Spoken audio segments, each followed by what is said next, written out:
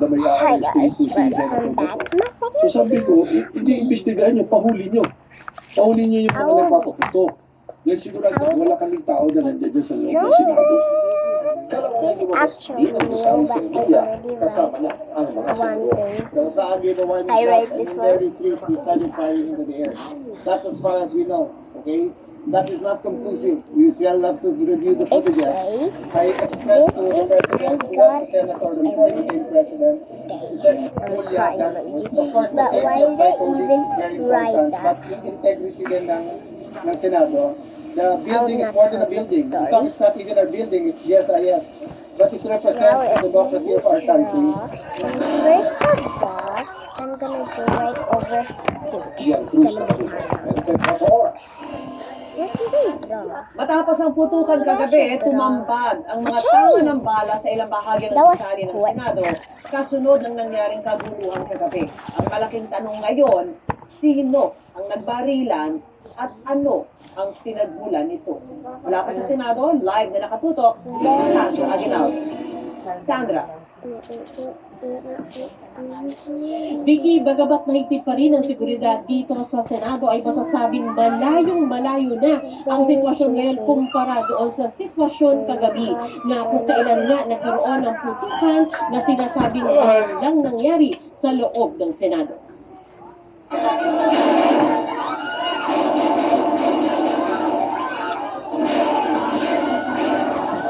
Now we're gonna color it with my 16 color. Bago malingaw-ngaw ang mga putok ng bagay Where sa can Senado this stop kagabi, sliding around on my hands? Oh my god. narinig muna ang pagbarena sa pader ng Senado. Napagsisenyo pala sa isang pintuang lagusan sa pagitan ng Senado at GSIS office. Zip ko lang. Ang tensyong naganap sa mataas na kapulungan kahapon, bakas pa ng unang masilip ng ilang senador na nasa loob pa ng Senado matapos hubo pa ang gulo. Sa post ni Senador Bongo, makikita ang fire exit at ang salabin sa tabi nito na may mga tama ng bala. Sinilip din ito ni De La Rosa batay sa post ng kanyang abogado kaninang madaling araw. Kasama niya si Senate Sergeant at Arms Mark Aplasca at Senate Secretary Mark Leandro Mendoza. Bagamat hindi malinaw kung anong oras ito kinunan. Ngayon, natakpan na ang mga salabing na butas ng mga bala at nakasarado na rin ang pinto ng fire exit kung saan narinig ang mga putok ng baril. Ito pong nawalubayin na sa natatayuan ko ay naging bahagi ng aksyon dito sa Senado kagabi. Doon po sa kanan, sa gawing other people yung was session hall getting ng Senado. so Dito naman po, many yung nakikita yung video ng mga sundalong They were nakaposisyon, hard dito po yan nangyari. Dahil, pag kumaliwa ka dito, ito na po yung pagitan ng Senado at ng GSIS. At makikita na po sa gawing kaliwa, yun pong pakaliwang direksyon dyan ay papunta po sa fire exit kung saan narinig ang ilang putok kagabi. Makikita ang itsura ng labas nito na sinasabing konektado sa bahagi ng gusali I'm gonna na ginagamit ng draw more. GSIS. I'm gonna do something. It's gonna be a square. Victoria's Tatlong dalawang balang pinaputok kagabi. Ayon niya sa dokumentong nakuha ng GMA News na batay sa investigasyon ng naganap kagabi. 27 lahat ng balang pinaputok ng hanay ng Senate Security. May report na rin nakuha si Senate President Alan Peter Cayetano na nagsabing unang nagpaputok si Aplasca. I need to Pero pause the ang video. tanging Bros, umamin get out of my way! Get out of my way!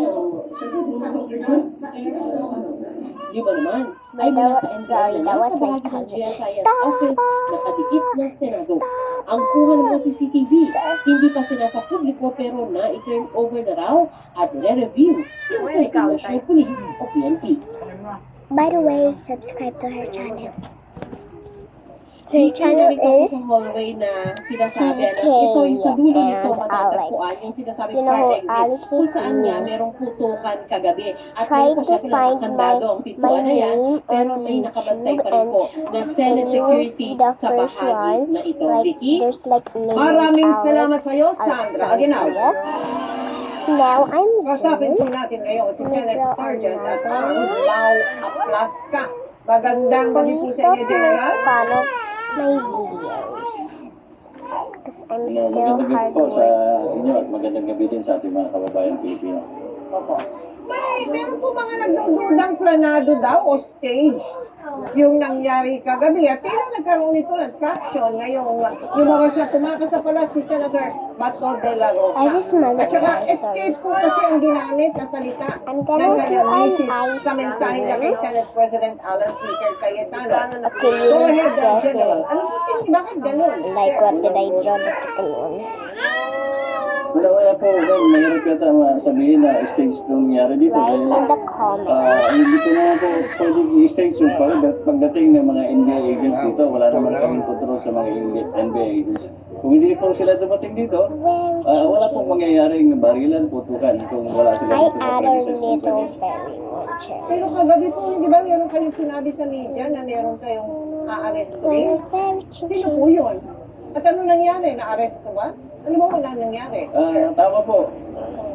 Tama po, Mel, dahil simula po noong umaga, persistent na po yung mga reports na meron pong presence ng NBI agents dito sa paligid ng Senado. At ito po ay na-confirm namin sa Bro, what are you CCTV at doing? saka ako din mismo, bumaba pa ako dun sa GSIS gate at nakita ko po yung mga NBI agents na fully armed. Lumalabas po sa mga ulat na kayo yung unang nag-warning shot eh. Totoo po ba yan? At saka bakit? Bakit kayo nagpakawala ng warning shot? Totoo po naman po yung Mel. Yes.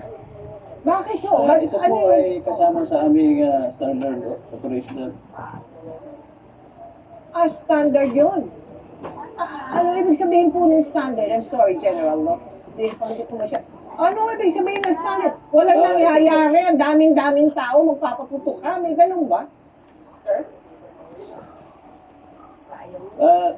Kami po, Mel, pumunta po kami doon sa area na kung saan mayroon pong sighting ang mga NBI agents. So, nagpaalam po ako kay Senate President para i-check po at i-verify yung report na mayroong mga armadong NBI agents na nandyan sa second floor exit. At nung nandun po kami sa area, na-confirm po namin at nakita po namin yung mga tao na armado, kaya po as part of our procedure, ay sinalin po namin siya, verbal And I challenge po. wanna This is show you the yung drawing aming that procedure of the continuing use of force. So una muna, verbal warning. So sinalin po kung sino sila, sumugot naman na FBI agents. Pero nung sinabi namin na bakit kay Armando, ibaba niyo yung mga baril nyo, instead of lowering down the firearm, so you will get a bit. tinaas po nila yung baril, kaya nagpaputok po kami This is ng warning ice, shot. and this is heart, and this is channel. Oh. Okay. Nagpaputok sila ng Please subscribe. baril, sir? Ang NBI? Bye.